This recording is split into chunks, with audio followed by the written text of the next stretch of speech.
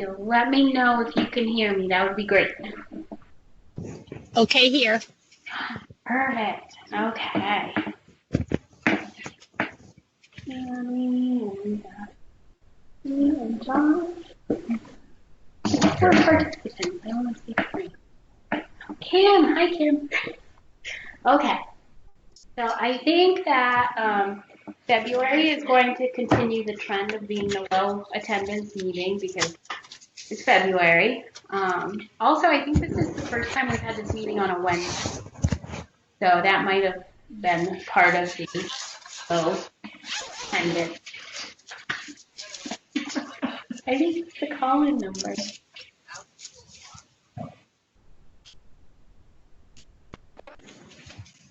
No? Okay. Oh, that's fine. Okay. Tammy. Yeah. Yeah. Oh, okay. All right. So this is the February Interlibrary Long Roundtable meeting. We have a really short agenda today, which means we have a lot of time that we can discuss any issues that are going on in Interlibrary Loan or Clover.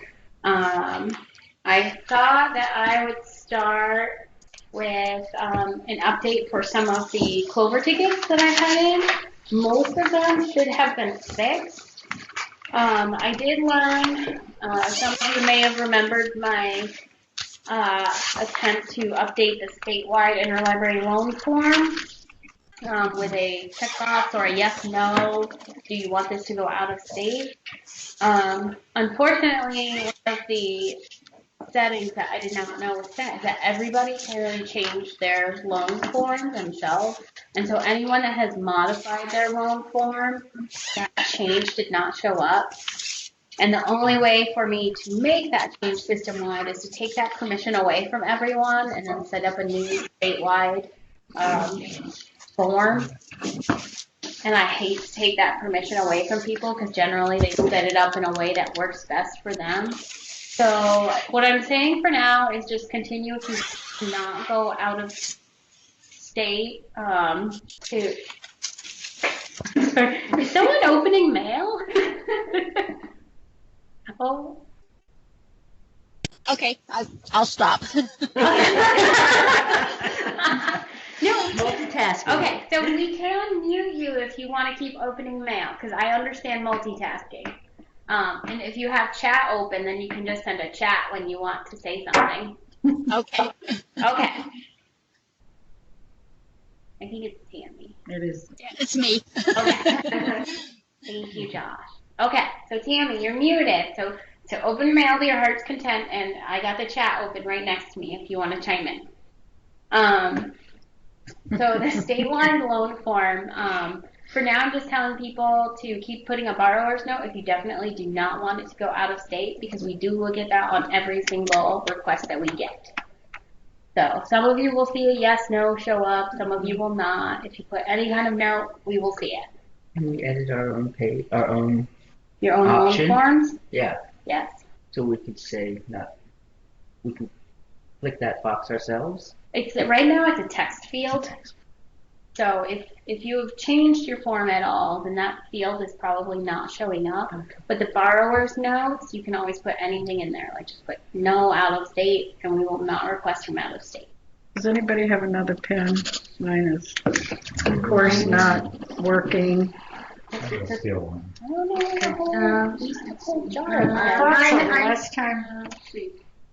Use this. Okay, thank you. I'm not sure that. Yep, Yeah. better than this one. Yeah. Throw that in the trash, thanks.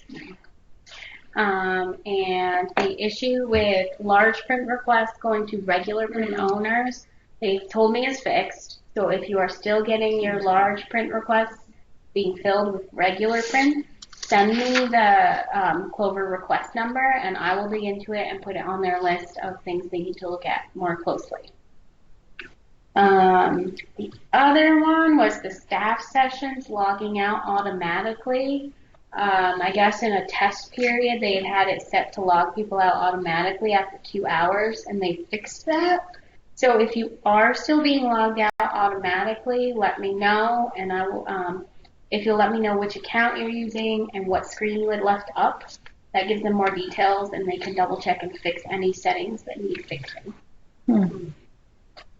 And the issues with Microsoft Edge and Safari have been handed over to their development team for further digging. So there are still some issues with Safari and Microsoft Edge not functioning well. With Clover, one of the main problems is like the request item button just stops showing up, or they can't submit a form. So they are looking into that, but there's no solution, especially for Safari just yet. And I mentioned this earlier, but we're recording now. Autographics has a new chief technology officer, and they also have a new head of customer service that just started right after the new year. And they also switched their help desk software. This doesn't necessarily affect all the individual libraries, but something I want to make people aware of, that was a change that happened at the company. So that was my update on the Clover ticket. And I thought we could, before we dive into the interlibrary loan code, I did have some topics that people asked me to bring up during the meeting. And one is career libraries requesting from non-career libraries, because non-career libraries will send it, but it makes their postage go up. So we're hitting the point where it's finding the balance between those two. I don't have any say in how people request things, but it's an issue that I think just everyone wants people to be aware of. But it's basically the other side of the coin of non-career libraries requesting from career libraries. Then we have to return it. Because then you also have to return it. So I think that is more likely a discussion that should take place on the listserv, just so everybody can show their opinions. But I did want you to know that it's something people have been thinking about. And I got some good feedback from Kate at Queechee about the standardizing of loan periods, which is something we had talked about, and I thought would be a great agenda topic to go into detail for our next meeting. So I would send that out to everyone probably after this meeting. I'll start compiling the agenda for the next meeting, and since we'll basically be done with the ILL code by then, I thought that would be a nice big topic for everyone to dive into at the next meeting.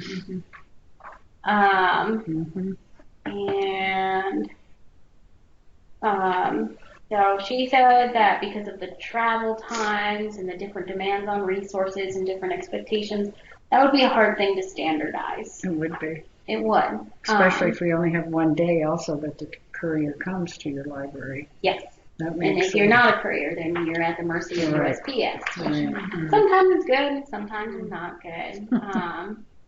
So that was the big issue.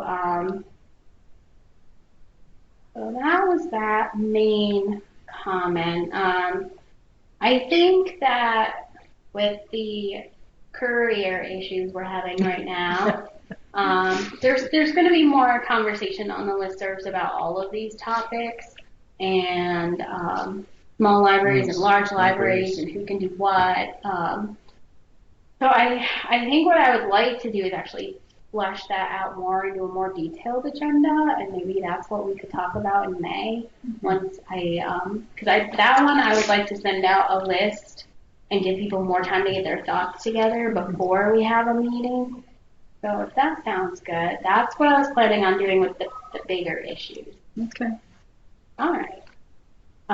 But yeah, she has a very well thought out email to me. So that is the other thing, is the elephant in the room, is the courier system. I'm sure everyone got I hope everyone got my email. The bid is going out today to a list of vendors. So we have a reasonably short turnaround period. So I'm hoping that I'll have, any news in the next few weeks. I didn't go into the library today to read any emails. When did they send it? So last week. Last week. The courier contract lapsed. And so we were given a list of monetary demands that are just not sustainable for us, as well as an increased price for libraries of $20 per stop. And so because of that lapse, we are sending the contract back out to bid. So we are sending it to Green Mountain Messenger. So they'll be able to bid, but there are other local companies that are also being included in that. Good to know there are other options. There are other companies, but there are a lot of requirements in that contract, which include maintaining the current schedule. Right. So we saw an increase in January 1st? February 1st. February 1st. February 1st is when the stop increased to $20 a stop. So I am sending out updates on the courier listserv and on the listserv.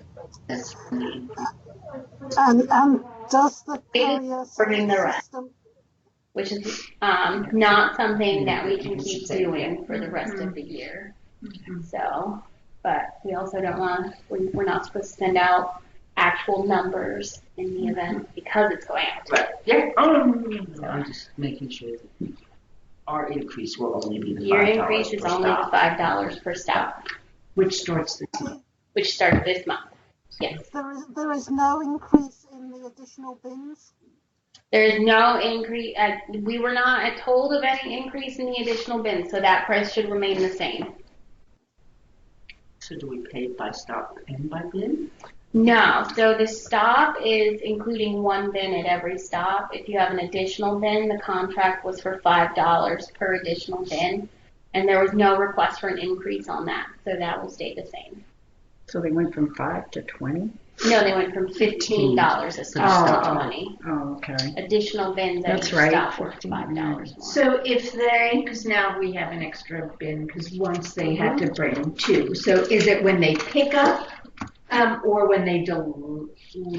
If or they either pick one? up an If they additional pick bin. up an additional bin, Yes. then they charge the extra Yes. $5. So you can just hang on to that extra bin. Yes, that's until what we we're use it. doing. Yes. No. Yeah. Okay. It's just if you have a lot going out, Mhm. then that's when they charge extra. Okay.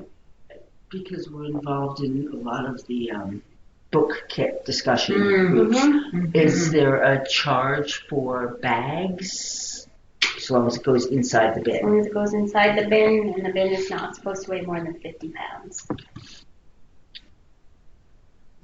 That was in the courier service agreement. When we start a new contract, even if we stay with the same vendor, we're going to be sending out a new courier service agreement. All right. I don't have any other new information, but I am full of an enormous amount of optimism. So When are the bids due? they are due. Let me double check the date. February 26th is the date that we put. We're hoping to have a new contract in place and ready to go by the end of March.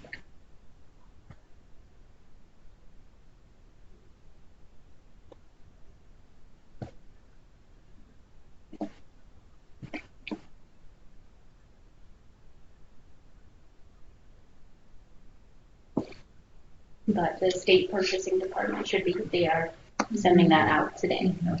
So. All right. Did anyone else have any other topics that they wanted to bring up, or? I had a lot of things sent to me for this meeting. I think everyone's just, I'm hoping everyone's excited to have a new interlibrary loan code. Okay. I don't have any other comments, and also feel free to interrupt me if you want to. I was going to start talking about the interlibrary loan code, and what was on the agenda for today was to compare what we now have with the U.S. Interlibrary loan codes, which I brought copies of in case anyone needs them. We're almost done with it. We are almost done. So we finished going through everything at the last meeting, and then this one is the comparing the Interlibrary Loan Code for the United States to our finalized draft. I actually brought a copy that has all of the changes made. Does anyone need a copy of that? Okay, let me go make one copy.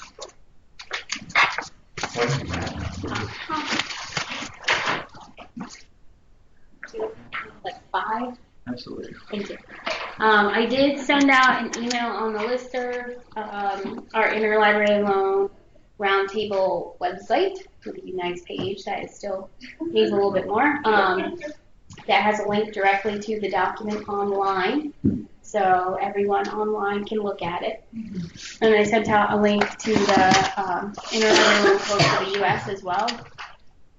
So today I was hoping we could work our way through the U.S. one and what we have for our draft now and see if there's anything that we want to either change to align better with what they have in their code or that we don't want to match up in our code and have any reasons why. So, gosh, I'll get us those copies. I looked through it and generally we're pretty close to what they already have. The biggest change for our Interlibrary Loan Code is going to be matching up with the due date expectations that are in the U.S. code. So when I send it out for feedback, which is what's going to happen next week after we've compared this, what I'm going to do is send it out on basically every listserv possible and have a Google document that allows comments so that people can leave comments. They can email me with comments. And it's going to be open for at least a month so that we can see what anyone wants to say about it. And when I send out the email, I'm specifically going to point out that due date change because I think that's the biggest change. Mm-hmm. And I think that's the one that's going to take the most discussion. So, What area is the due date code in here? The due date code, I believe, is in borrower and lender sections, and it is 4.12, which will also be 4.12 in our code.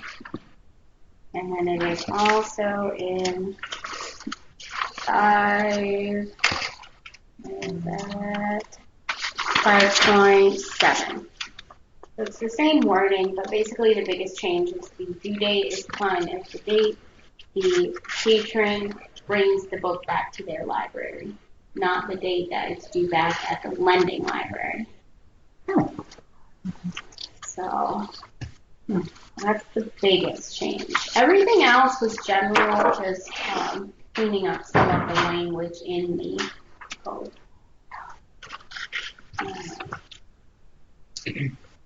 So that's a nice cleaned up draft.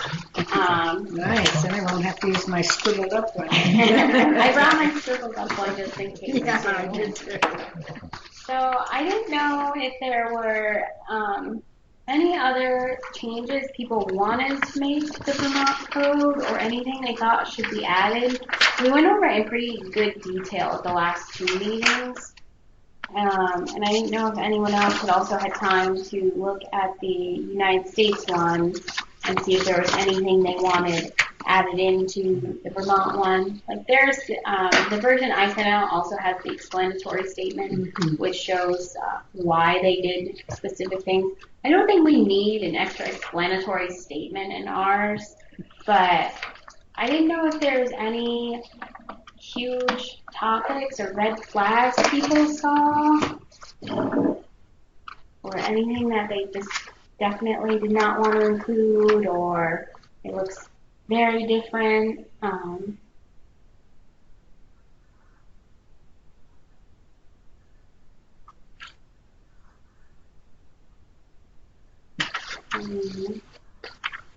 The introduction and the definitions and purpose are all basically the same and pretty solid. The scope, the U.S. one says between libraries in the United States. This one is limited to libraries in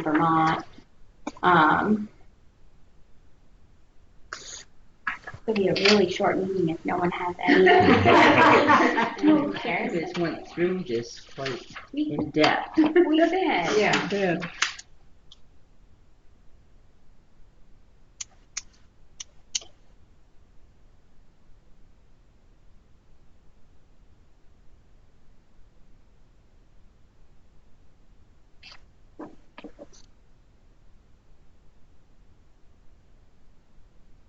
You know, the one that I saw under scope in the U.S. one states 3.2. United States libraries are encouraged to engage in interlibrary loan with libraries in other countries. International transactions are governed by the International Federation of Library Associations and Institutions. I didn't know if we wanted to put in anything that libraries in Vermont are able to and encouraged to use interlibrary loans from other states. Those would be governed by the Interlibrary Loan Code for the United States. So basically a comparable one that expands it to the country. So we could add that under the scope in ours. That would cover. I think that would be good. Yeah. I mean, as we think about like doing an interlibrary for the library, a policy statement that then patrons could see the amount of time that they're supplies that we could go out of state. Yeah. Okay. All right, I will work that in. So you would be putting in 3.1. Yes, so what we have for scope now would be 3.1, and we would add a 3.2 that is Connected comparable. with 3. So in ours, we have Right. a 3.0. Right, but it's so the it would be- statement here is what I'm asking. No, The so scope. it would be adding in basically this, but instead of encouraging nationwide, it would be countrywide because it would only be on the Right. Yes, so similar to that. Okay.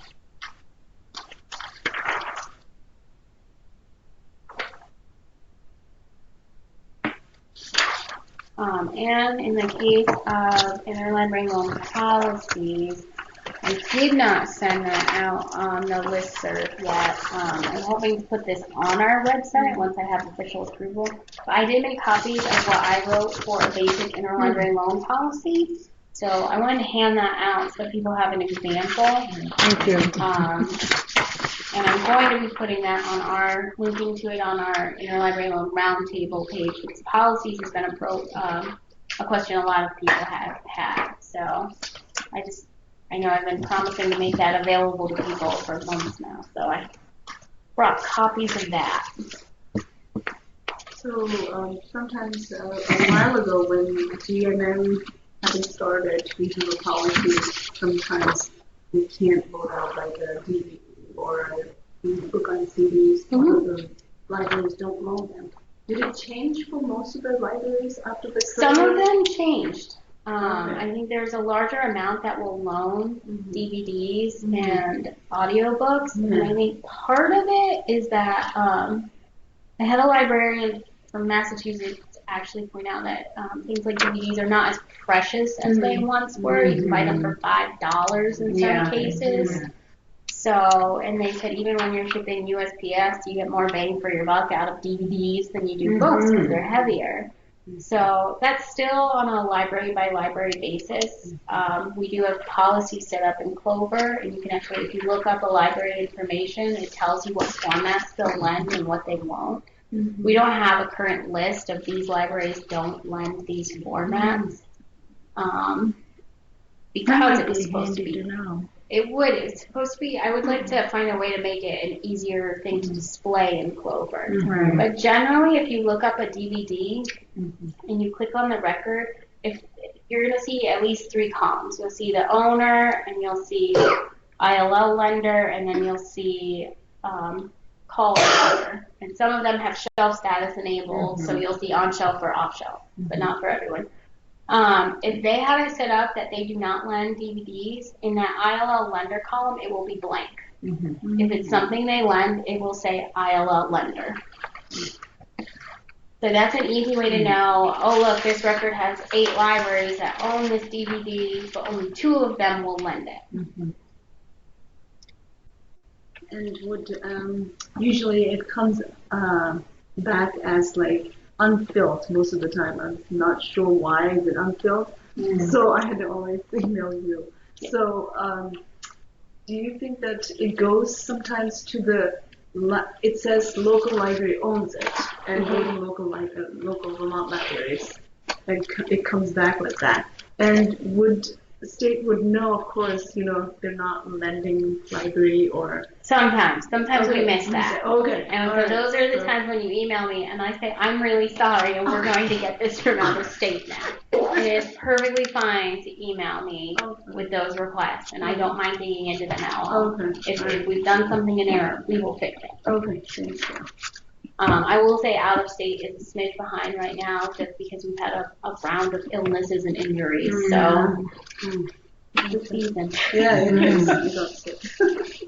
But we're all working on getting that caught up. So yeah.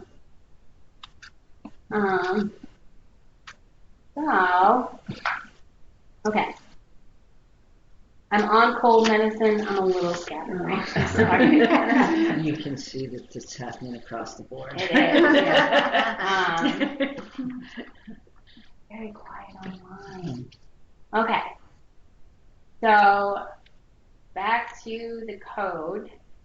Was there anything else that anyone noticed in the United States one that they would like to see reflected in ours? I went through it, and I'm pretty sure that we have most of the major points in ours, but I like to have multiple sets of eyes look just so that we can make sure it's as clear and inclusive a code as possible. I have one question about the way sometimes a book will come to us, especially a paperback, and it's not in very good shape. And I always am reluctant to give it to the patron, or sometimes the patron is reluctant to accept it, thinking they're going to have to pay for it because it wasn't in. How can we send a notice telling the library that this book isn't in good shape? Yes, sometimes they'll note it in the lender note. It's coming so fast. I know you can. Down the road, right? A lot of traffic today. Sometimes they'll note it in the lender note when they send it out. Sometimes they do, but other times they haven't, and I if didn't know. they didn't, it's perfectly fine to call them up or email them and say this is kind of in rough shape. Okay. Just we want you to know that ahead of time, or add a note in the borrower's notes field on the request. The request should have at least a phone number to contact the lending library included on it, but yes, definitely reach out with any questions to the lending library. So I had a patron who said, "Oh, I don't want to take this. I'm afraid it'll come back even worse." Just by opening it up, they were pretty leery about it. Yeah. So in that case, you can always reach out to the reach out to the lending library. If it's a paperback, I think they're assuming it's going to be kind of beat up. Yeah, this was the nature of that. And it was an old sci-fi paperback that it was hard to get to begin with. And, but they really wanted it. There's a comment on the someone's mother. And Kat notes that she's at Middlebury and at Russell Memorial. She said that at their libraries they note on the paperwork whenever possible so that they know not to charge when the item comes back. So they'll actually, if you get something from Middlebury that has the band on it, it will say on there this was in rough shape when we shipped it. That's good, yeah. So, but that is nice. If you do send something that's in kind of rough shape, if you can make a note of it when you send it out, that'll probably ease the minds of borrowers a little bit. You can also note on your paperwork that you're handing to the patron, like you usually put your own band on it. If you write on that says, was in rough shape when patron got it, that way when it comes back, your staff won't charge. Patron. Yeah, exactly. Ease the mind. Because it's always worth to remember, like, when you got it in, what it looked like. I opened it up and almost fell apart. This isn't going to work. Yeah.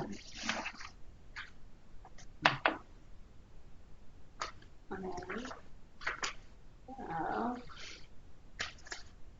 is there anything else specific?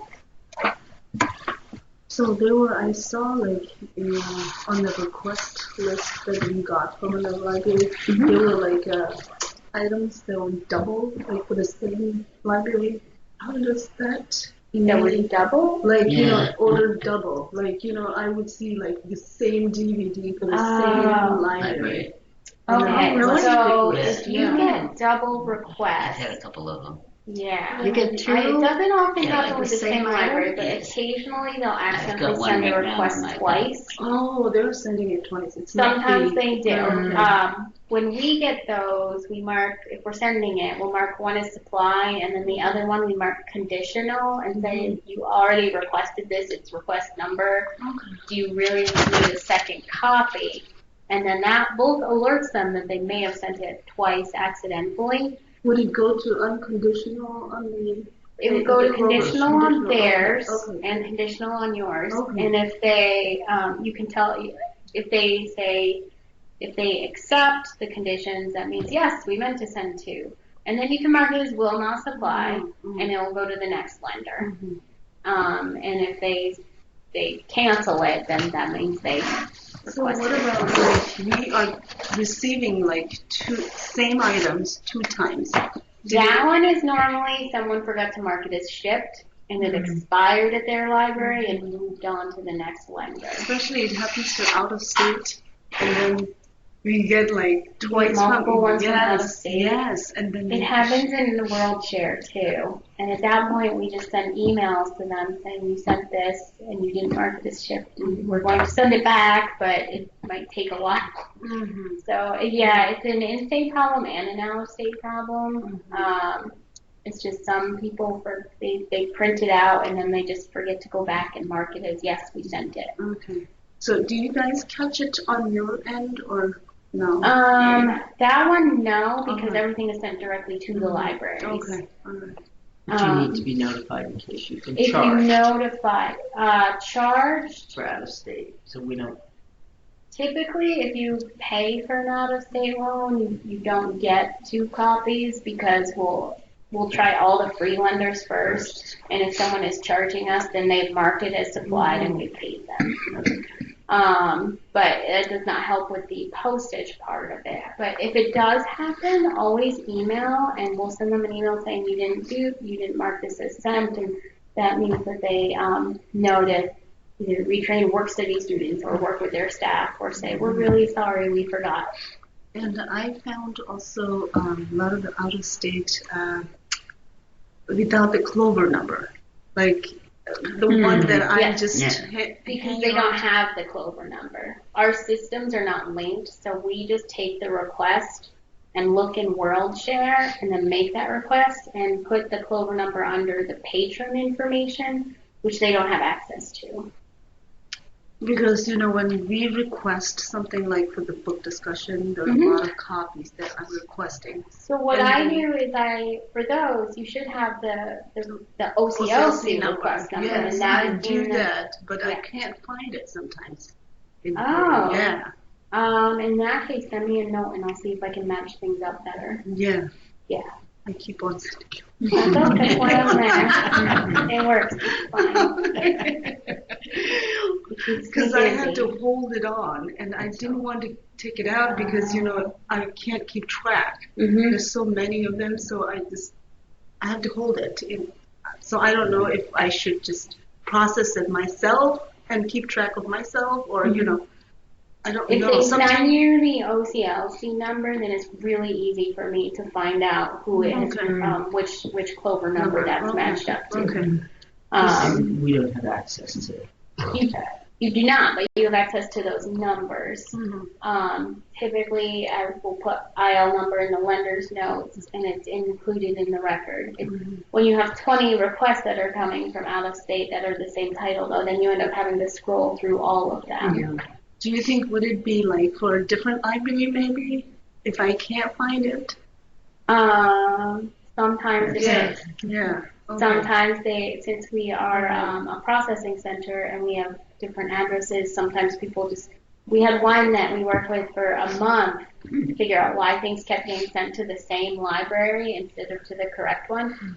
And it turns out they had updated their Iliad, so that was not the problem. And then they had trained their students to double check the address, so that was not the problem. When it went to their mail center, the mail center was putting the wrong one on, so they had to tweak their Pitney Bowes account. So anytime you let us know what's showing up that isn't yours or you can't find a matching number for, let me know. And Kat said OCLC number is sometimes noted as the ILL number on item paperwork, and it tends to be the same 9 digits. Yes. So that is the number that we put in the lender's notes and should come with the paperwork that comes with the item. I do know that sometimes, occasionally, out-of-state libraries just don't send paperwork, or they send a return label, or they don't send a return label. But yeah, if you ever have any questions about out-of-state loans, just let me know. Yeah. I like problem solving, so it gives me confidence that I can fix it. Perfect job for you. Yes. Cass's problem solving is fun. It really is. Yeah. Okay. So I think we basically decided that we pulled everything we want from the U.S. code and into the state code. So I am going to finalize our draft and send it out on listservs. I'm going to give everyone in the group another week or two first to send me any more feedback or comments. And so for the rest of the meeting, I guess we could just answer any more Clover questions or anything else that you're having, the system's not doing what it should, or any other questions that I can answer for everyone. Generally, if I will look into that, or yes, I can. Okay, so here's maybe a weird question. So we don't get the yes/no fields for when we do a request. Okay. Either from the form or from the one that's generated. However, if I catch it while it's still sitting in awaiting approval, then I can get in there and see the form and put it in. And so sometimes I've done that, and I assume that it shows up, but I've not been sure. If you put something in there and save it, then yes, that does show up. All right. So while it's awaiting approval, then I hit, then I submit it, and then it seems to go. I mean, okay. That's another thing I can pass on autographs.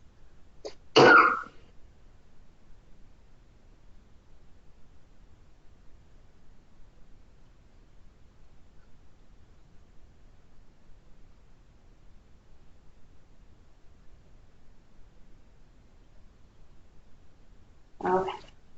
That's a good one now. I'm still hoping that there can be an easy update made that doesn't involve changing all of the permissions or anyone's forms. Any other interlibrary topics, questions? The next meeting, so far the agenda is going to be to discuss interlibrary loan period standardization, yes, no, any ideas.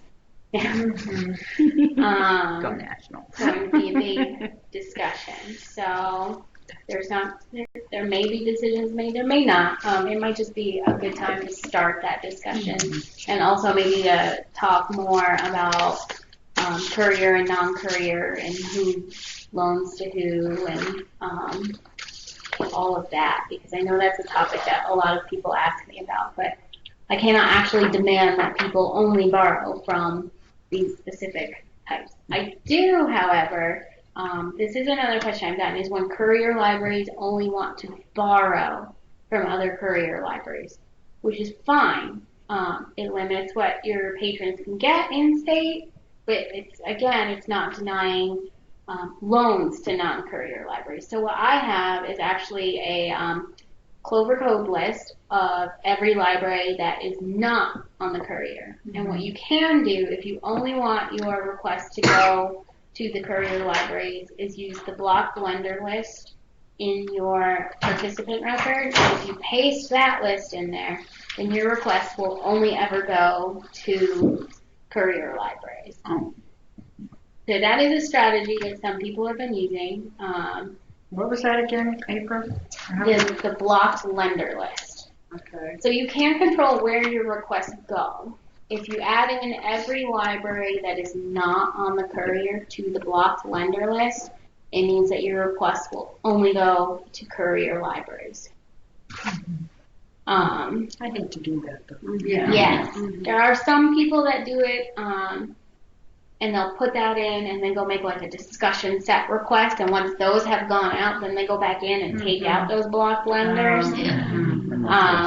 That's the situation I've seen that most used. I just wanted to put it out there that is an option for libraries if they want requests to not go to courier libraries, or to not go outside of courier libraries. So if you use the blocked lender list and no courier library has it, does it just come back unfilled? It does. Yep. And then if you wanted to send it out again, you could always remove the blocked lenders. It makes it a little more complicated and step intensive. But other people also just put courier libraries only in the borrower notes, and sometimes it gets seen and sometimes it doesn't. Yeah. If it gets to us to out of state, people usually put notes in there a lot when they want something from out of state. So we read the notes on all of them. So, yeah. How in terms of public libraries, do we know how many non-courier libraries there are, or what's the ratio? Most public libraries are currently on the courier. I have a mix of public, academic, and school libraries. There are 90 total stops, 111 libraries total on the whole system, and most of those are public. The tiniest libraries that don't do a lot of interlibrary loans are the ones that aren't on it, as well as anyone that is outside of where Green Mountain Messenger will go. You're right, that's what happens with the little library next to us. They won't go.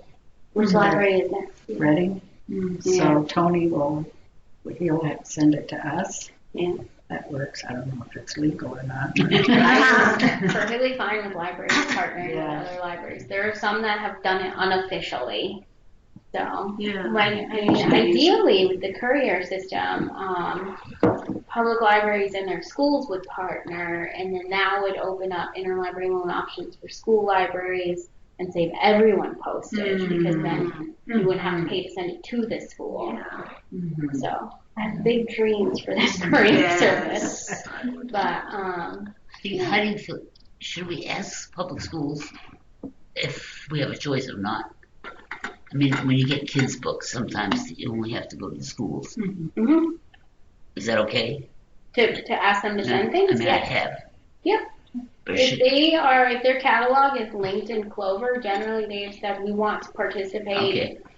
Okay. Essex catalogs are linked in, but most of the Essex schools just lend with each other. So if you get something that's marked as this library is permanently closed, they have opted to not participate in Clover. And then also, just a reminder, UVM and Dartmouth catalogs are not linked in Clover either. Yeah, that's what I found out yesterday. Yes, we had issues with the Dartmouth one, and then I wanted a book, and I went to OCLC, and Yeah. it was a Dartmouth on there. Yeah, UVM has opted not to have their catalog in, and also I found out they're doing some restructuring of their interlibrary loans, so they are not actually lending for this semester. They're working with their own libraries, so I think they're doing some updates. But, yeah. I have a question about new books. Is the restriction on the borrower or on the lender? So new books, lenders can determine if they lend them or not. Some people have it set up in their policies as we do not lend items that are marked as new in our catalog. Some libraries lend everything. We lend everything.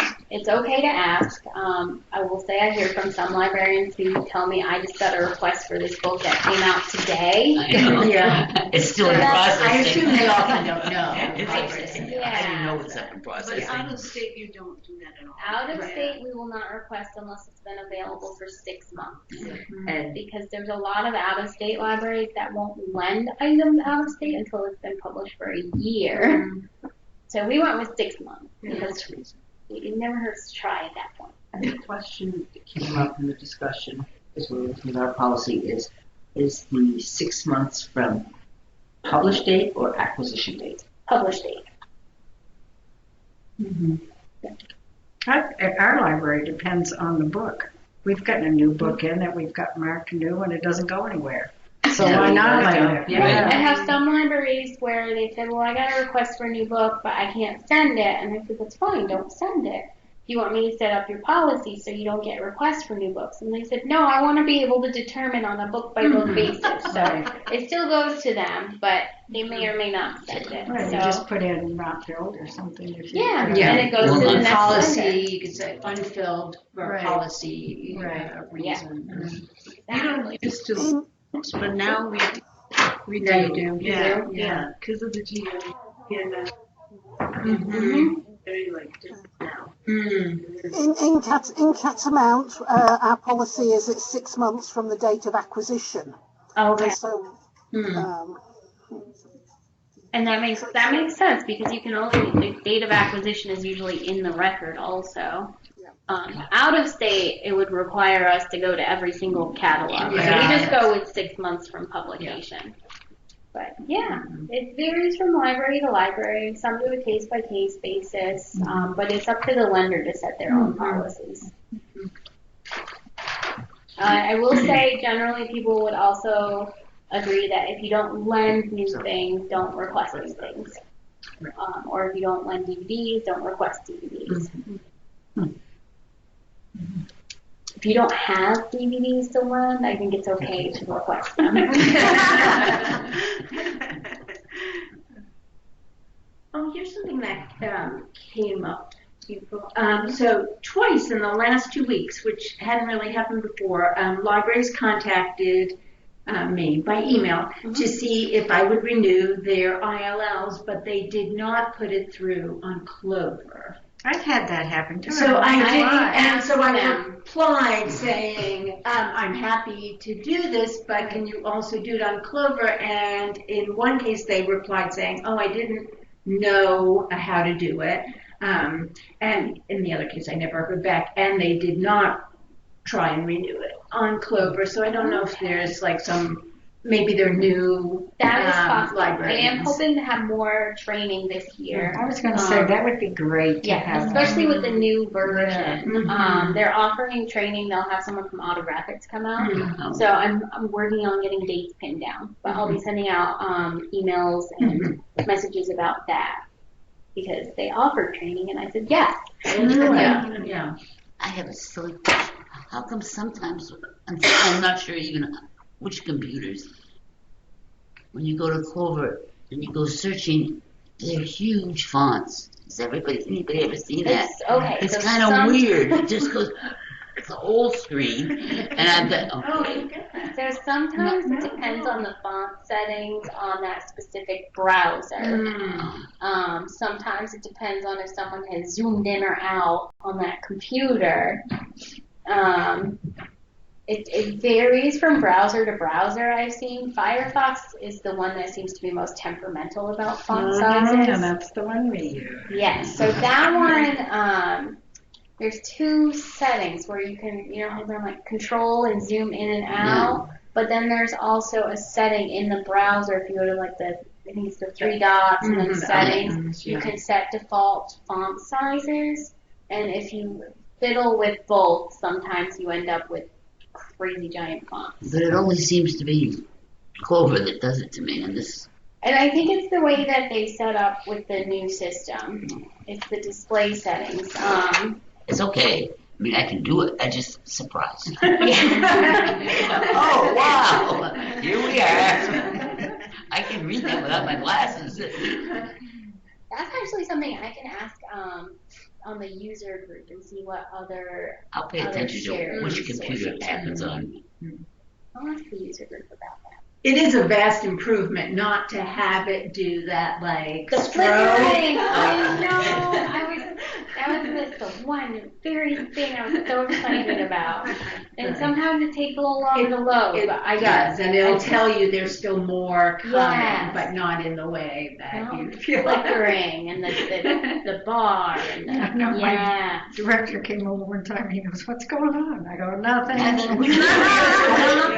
I'm just waiting for it to do its thing. I know. And what I like is that they made the search and building list and the lender building list completely separate. So if your record pops up and you're like, that's the one I want, Yeah. you can just click on it and start your request form, and it'll build the lender list separately. You don't have to wait for the flicker to stop to make sure it got everything. Yeah, if you see it right off, I just click on it. Okay, that's a good one. Yeah, and There if you I'm go. really paranoid about wanting to make sure it got everyone, I usually go to multi-copy and watch it build the lender list and then put in one copy, depending on how much time I have on my hands at that point. But I yeah. have another question. Mhm. So is it the same? It used to be if you want to go this request for a particular library, you have to build a blank request form, So right? there's two options. Okay. What I usually do, so it pulls in their call number and everything, is with the little pancake icon, you can limit to a catalog, and I'll limit to their catalog and get my title typed in, so the search results only show theirs, and then I click and use the multi-copy request, because it'll build the lender list, and I can just edit it from there. You can still use the blank request and the override to do that. It just doesn't pull in their call number or anything. Okay.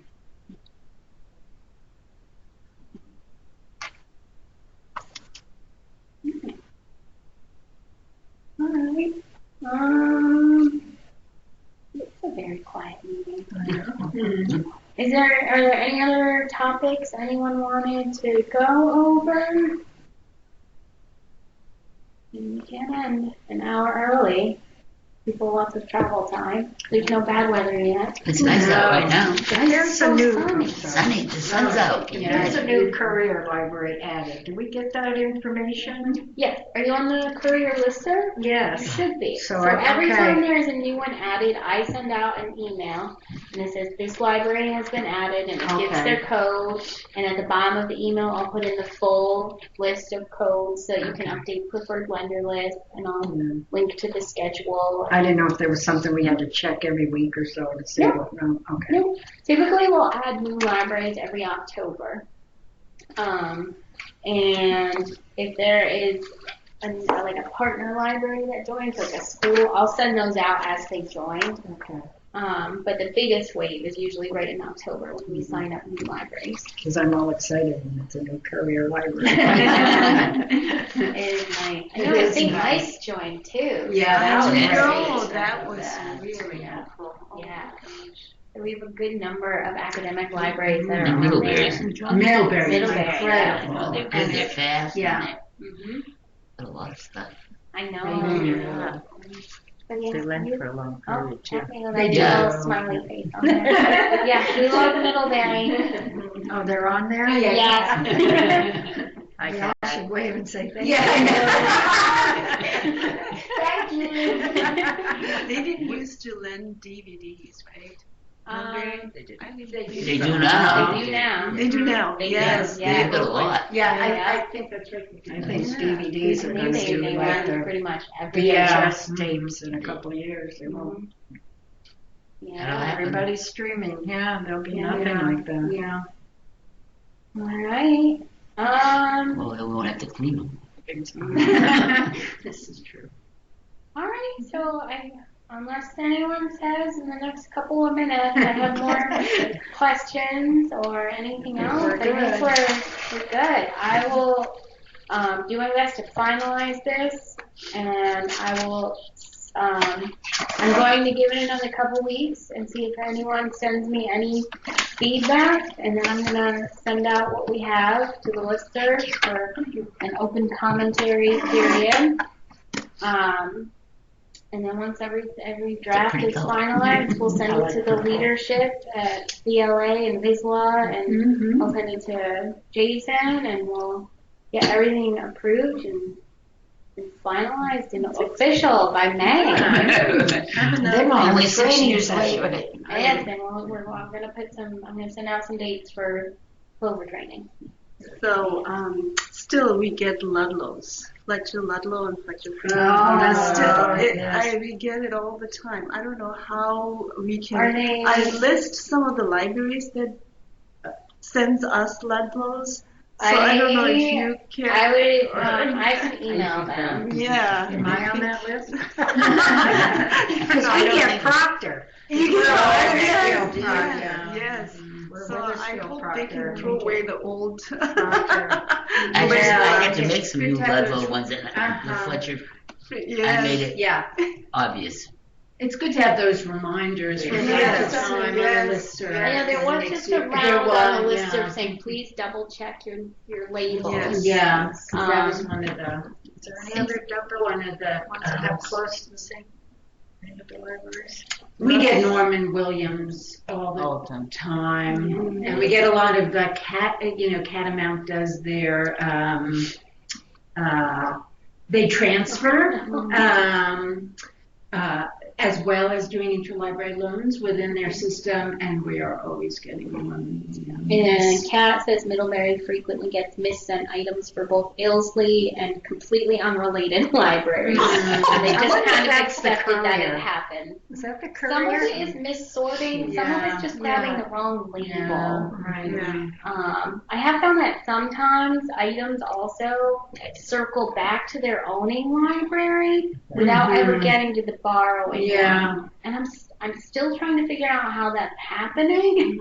I don't know if it's that the label falls out, or if I think some of ours for a while we were sending the berry label in behind. Right. I get maybe that all the the top time. one falls That out. ours is behind. I stopped doing that. But we put it in backward on like flip side so that what I end up doing is I still just stick it inside the book. book. Yeah, so mine there's is only now. the one in that little pouch.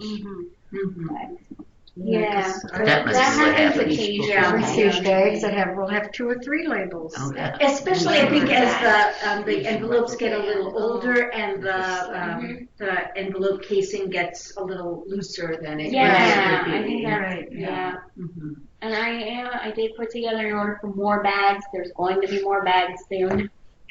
We're having a system-wide shortage right now. So there will be more bags soon. But yeah, just double checking the labels is always a nice thing, and I will still periodically send out reminders to double check the labels. And then whenever we get like a wave of missortings, I check in with the courier and say, can you just please remind them? New employee. So it's usually what happens, But and then when we add new libraries, they reorganize the bins. So I think maybe just every October there's a wave of people tossing things where they're usually, but that one's down here now. Which is why when Worthen changed their name, we just tweaked the label a little so it still says South Hero, so they didn't have to rearrange all of them.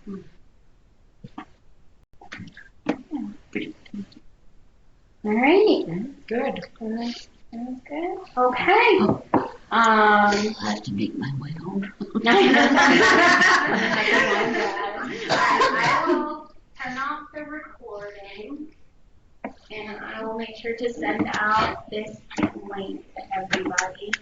So, thank you everybody online.